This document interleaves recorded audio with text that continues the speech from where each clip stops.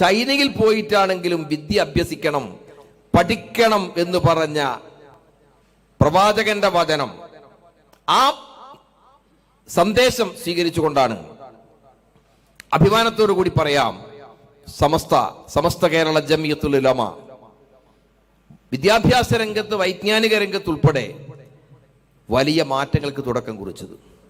ഞാൻ ആദ്യം പറയുന്നത്, ഞാൻ ഏറ്റവും കൂടുതൽ ബഹുമാനിക്കുന്ന കാന്തപുരം AP അബൂബക്കർ മുസ്ലിയാരെയാണ്.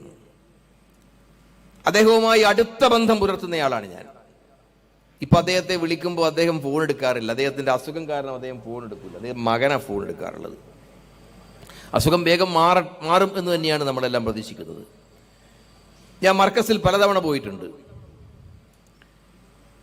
അദ്ദേഹം ഒരിക്കൽ എന്നോട് പറഞ്ഞു, നോളജ് സിറ്റി ഒന്ന് കാണണം.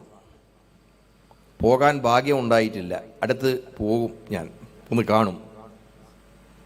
വിദ്യാഭ്യാസത്തിന്റെ എല്ലാ തലങ്ങളെയും സ്പർശിച്ചുകൊണ്ടുള്ള വൈജ്ഞാനിക രംഗത്ത് എന്തെല്ലാം മാറ്റങ്ങളാണോ ഈ ലോകത്തുണ്ടാകേണ്ടത്, ആ മാറ്റങ്ങളെയെല്ലാം ഉൾക്കൊള്ളാൻ സാധിക്കുന്ന രാജ്യത്തെ ഒരു മഹാത്ഭുതമായി നോളജ് സിറ്റി മാറുകയാണ്. അപ്പൊ എന്താണ് സമസ്തയുടെ വിദ്യാഭ്യാസത്തെ സംബന്ധിച്ചുള്ള കാഴ്ചപ്പാട്?